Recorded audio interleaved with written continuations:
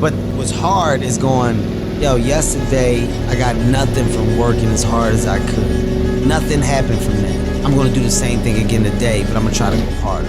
That's the hardest thing in the world. To get up every day and give 100% and be in the same position that you were each day, but mentally know that you're trying and trying and trying. That's a real grind. All right, so I'm not currently having the most fun, but we bought a new truck. So it come in and it didn't want to run. Starter was just clicking. So we're throwing a starter in real fast, but there's a couple things I want y'all to check out. First off, look how amazing, like, clean this truck is. I mean, look at the control arms. Brand new oil filter. Oil pan's clean. Exhaust is deleted all the way back. Full exhaust. Look at the rockers. I mean, no rust. No rust. Look at the frame rails. Clean. Clean, clean, clean. Transfer case.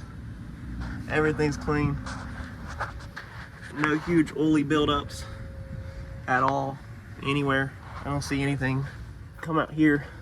Look at the frame rails. Look at that. Look at the freaking frame rails, y'all. The wheel well. If you noticed in the background, look at this. Okay, look at the block, surface rust. Okay, that's because it's a brand new block. It's a brand new engine. Okay, this is a brand new Ford remanufactured engine in our Super Duty. So I did buy another truck. We're gonna go over it in a second, but first we want to see if this thing will crank up and run. The whole axle is shifted over. The drag link bar is bent. You can see underneath here. This bar right there is bent more than it's supposed to be, and we got a little bit of damage. But let me finish putting the starter in, and then we're gonna see if this thing will run. I'm praying it does. Fingers crossed. This thing out of Jacksonville, Florida. We're in Wilmington, North Carolina. So it's a little bit of a tow. I don't know what I paid for the tow yet. That's my wife's department. She pays my bills. So she'll pay for the tow. Is he gonna fire up, Ed? We'll let Ed get his jump box on. Oh, this one was dead. All right, put yours on. That one does look like it's on the last two bars. Can you crank it up? Well, I'm hoping she fires right off. Hoping. It's not normally my luck though.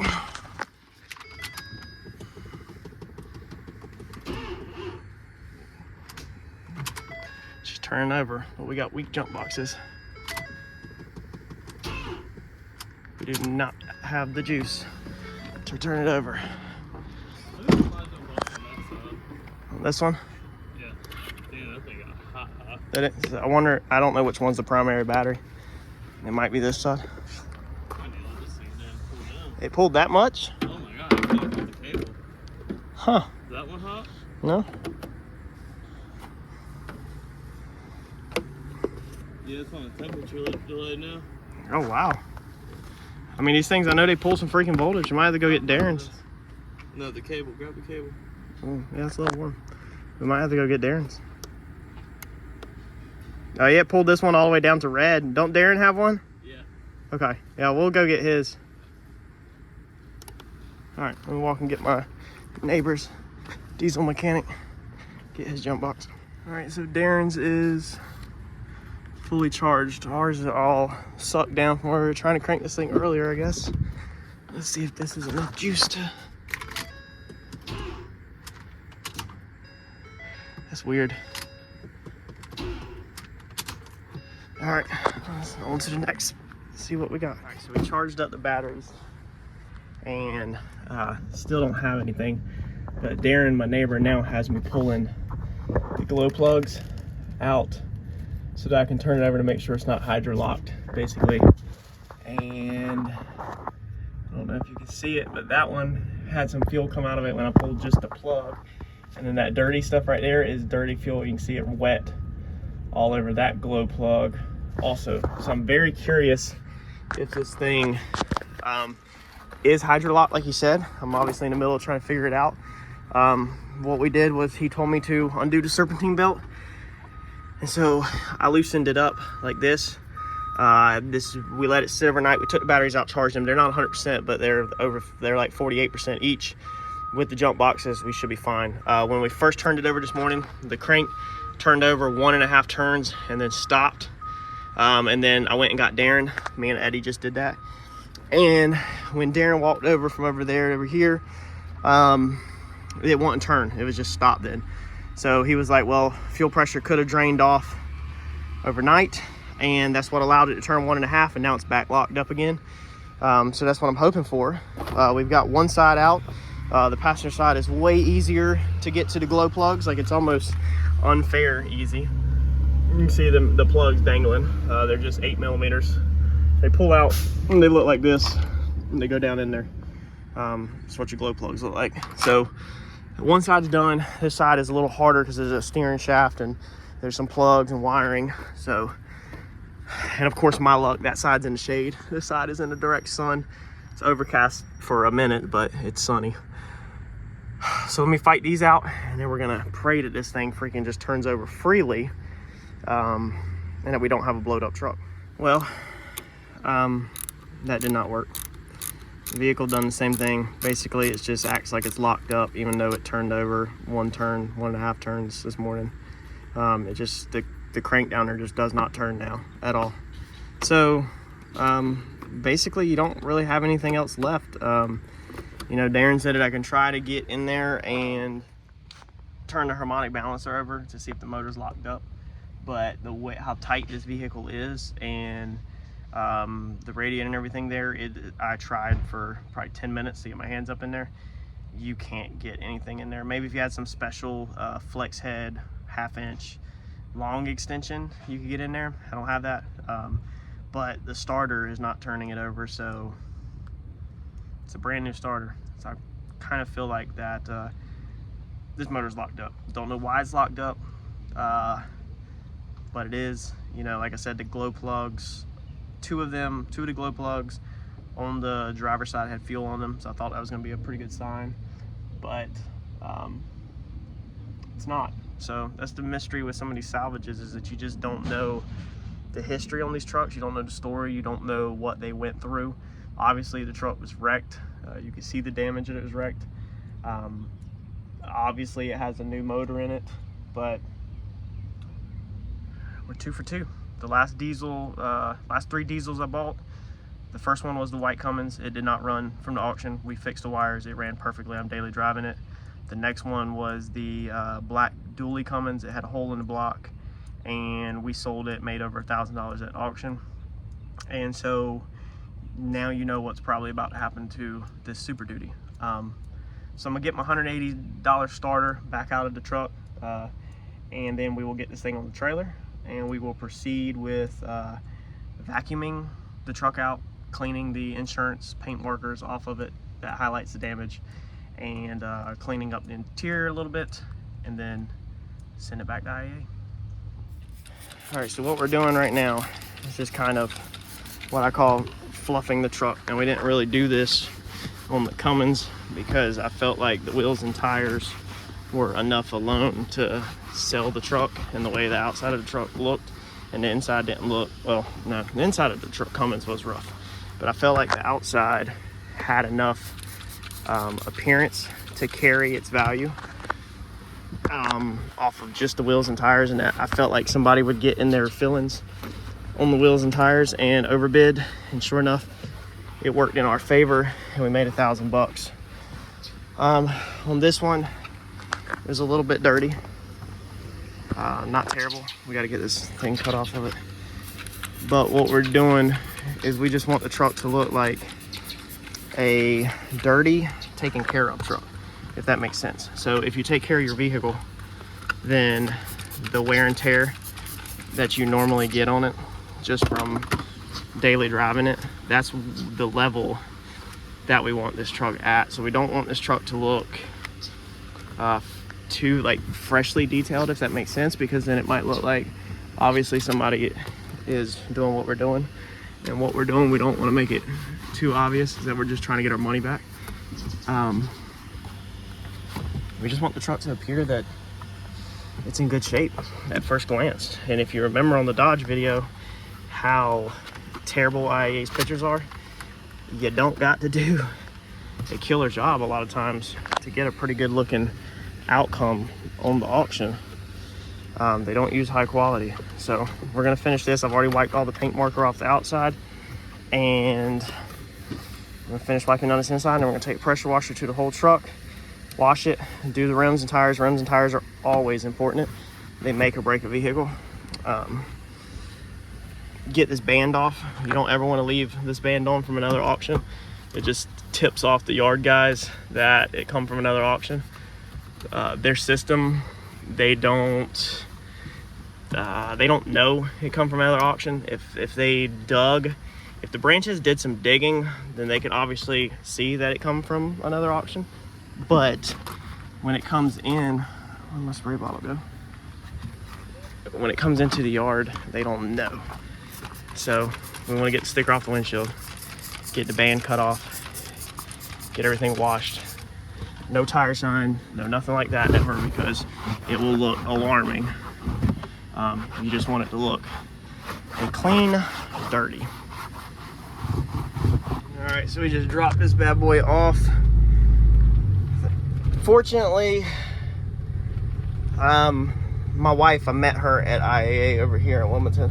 So I was able to just get the forklift to scoop this bad boy off of the trailer so that I wouldn't have to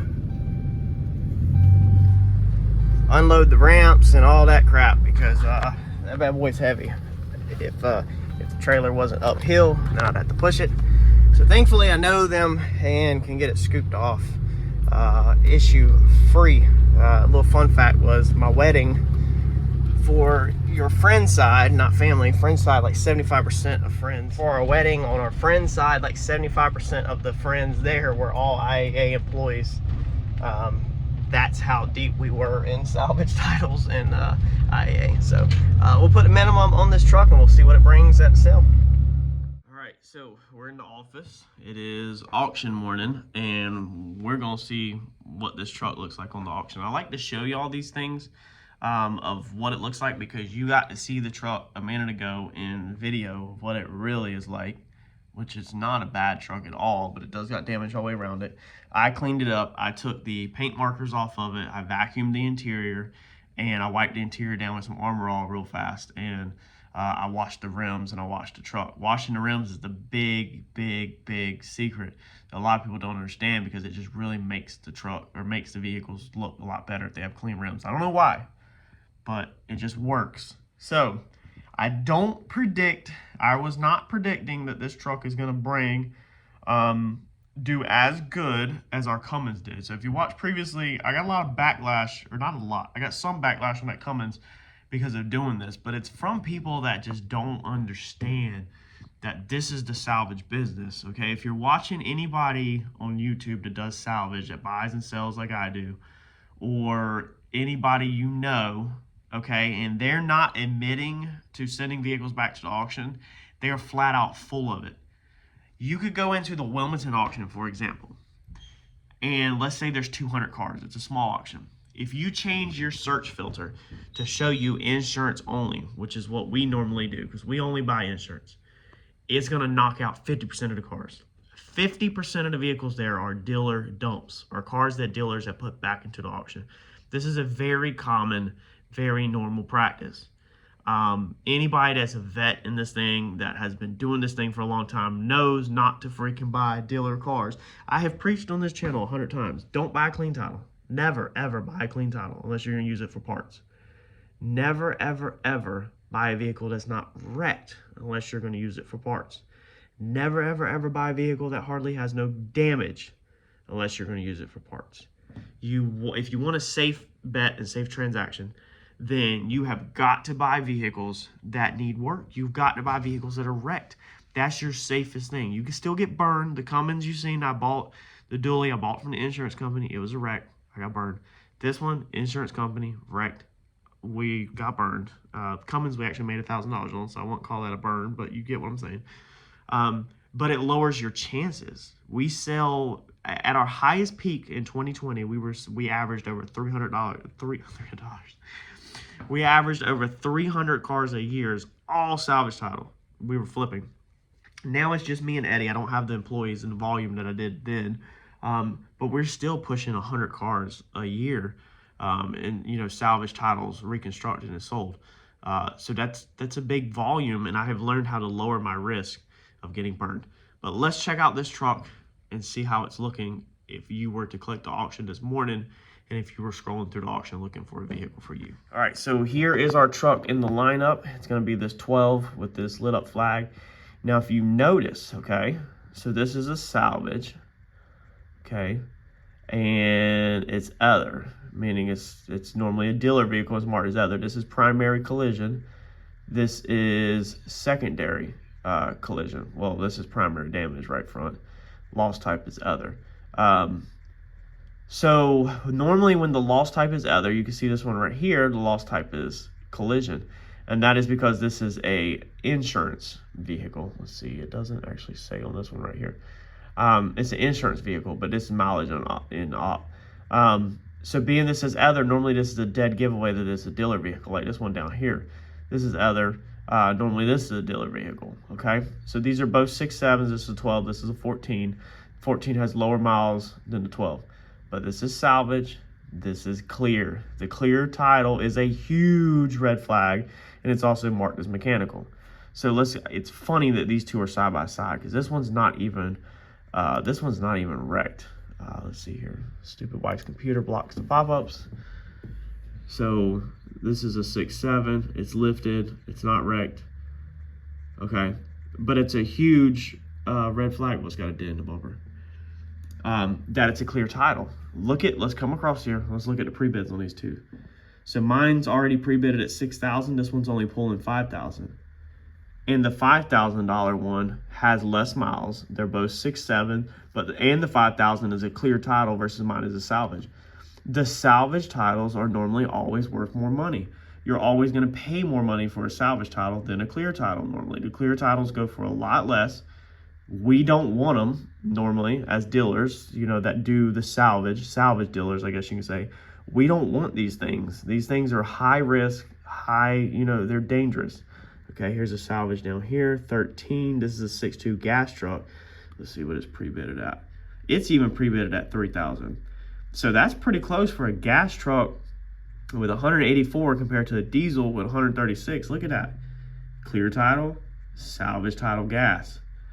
So the salvage titles are worth the freaking money, man. They bring the money. The clear titles are red flags. They're dangerous.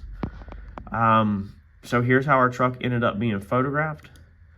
Let's see here. We'll go ahead and click the HD. So you can, you know, kind of, we'll blow it up actually. See how it looks on the big screen.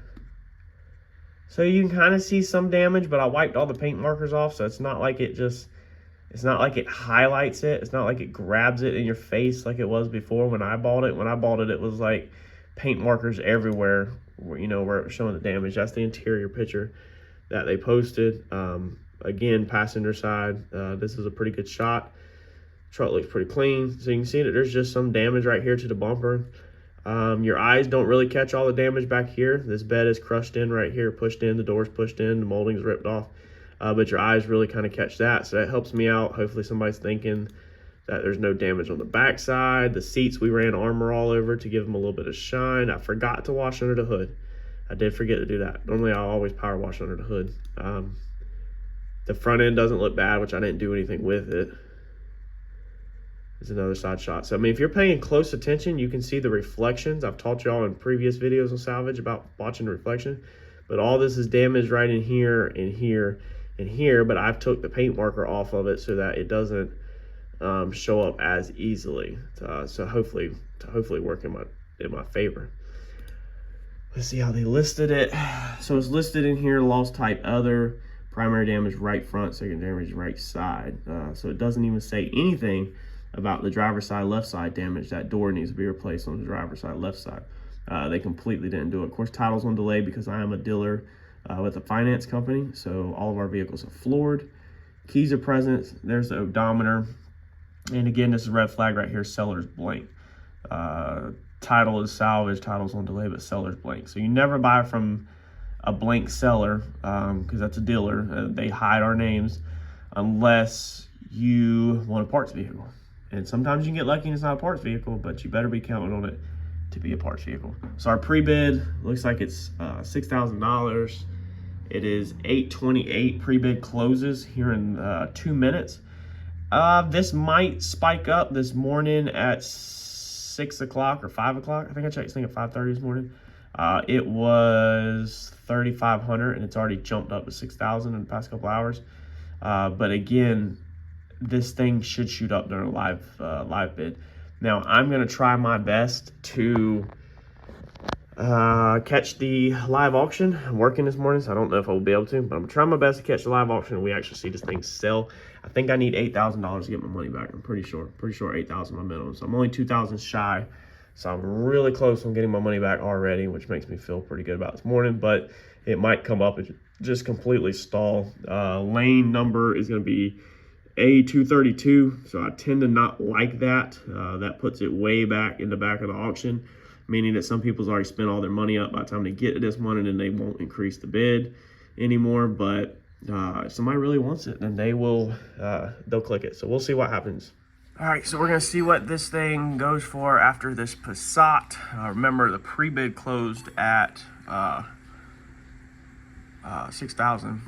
Eddie, my employee, has got a pre-bid of 150 bucks on this little utility trailer. And then he bought the Subaru, it looks like, on call for $450. Eddie's not doing bad today. I let anybody that works for me buy under our dealer account. All right, so here we go.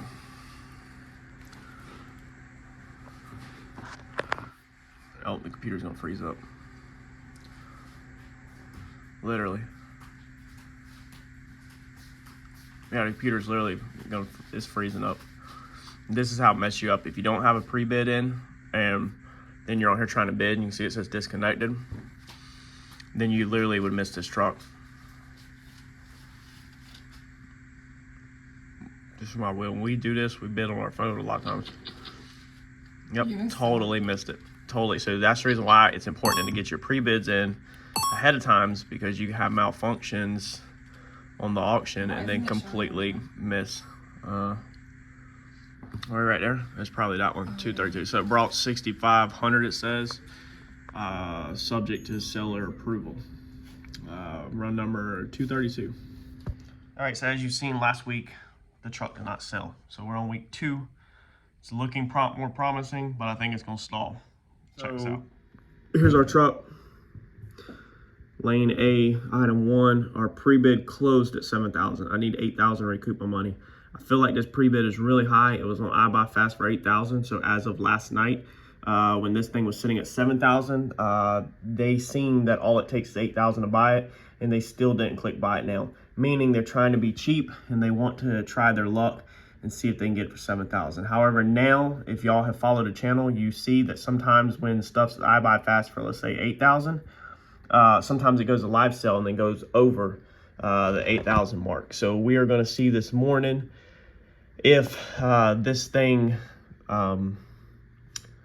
brings, you know, more money than the 8,000 I need, or if this thing's just going to stall at 7,000. We're item 8. You can see we're on number 5 right now.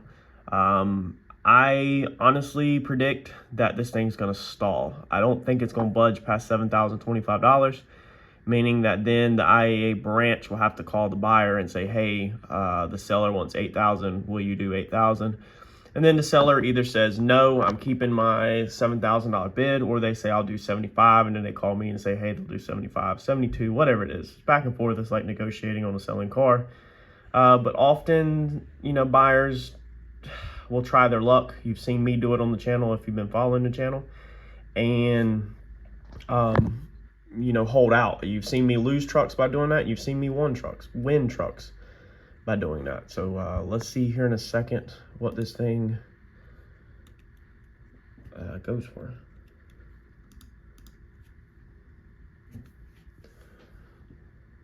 Oh, it looks like it stalled again.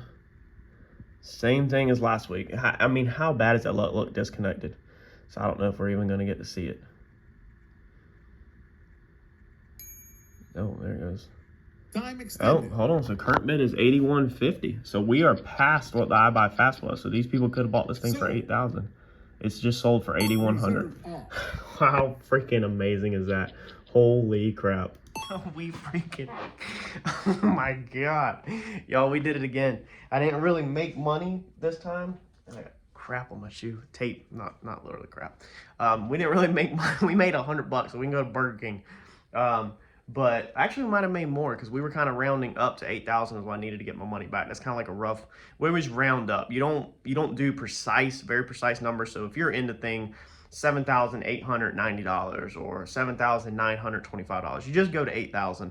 That way, with you have enough gas to ride that wave and make sure that by the time that money hits your banking account, you have recouped every freaking penny that you had in that truck. So another truck gone. It is what it is, but that's 2 for 2 blows up and 2 for 2 that I've got my money back on.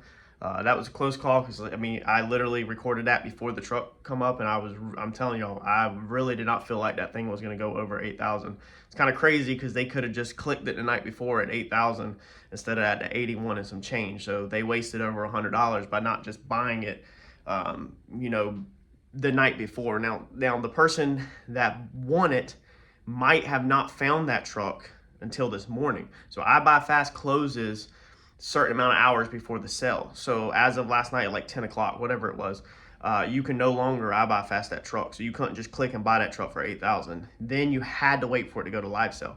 So some people wait till the last minute, like they'll come in on Tuesday morning, they'll look over all the vehicles and they'll decide what they want to bid on. So if you walked in Tuesday morning and you checked Wilmington branch and you were like, oh crap, I want to bid on this diesel, then you wouldn't even know that the thing, you could have bought it the night before for only 8,000. I've seen them, I've showed y'all on the red Duramax. We had a lot of good, when we were searching for that truck, and we ended up buying a red Duramax on them in that series of videos when I was flipping up. I think it's called like the flip up series or something on here on the playlist. You've seen trucks go way over what I could have just bought them on my iBuyFast for. So that's gonna be it on that one, y'all. We're gonna continue looking for another truck. I don't know why I do this. I guess I'm freaking stupid. I've been a little bit more cautious since I had all that money, $8,000 tied up in a bad one. I wanted to recoup that money. Now I feel better, and now I can go back out and waste some more money and try to get a nicer truck. I'm always trying to step up my Kelley Blue Book value. So I believe that dually is worth $16,000 to $22,000. My Cummins that we did on the channel, the white one, and all the Super Duties I've had, that white one only had 188,000. All of my last truck I had was about 130. Same exact truck, no sunroof though. That one was a sunroof truck, and I sold my last truck I think for 21 or 22,000. My last F250. So I think the F250 is gonna nudge out the Cummins by just a little bit on the value. And I'm just, dude, I'm a Super Duty guy. So I'm always on the hunt for another Super Duty.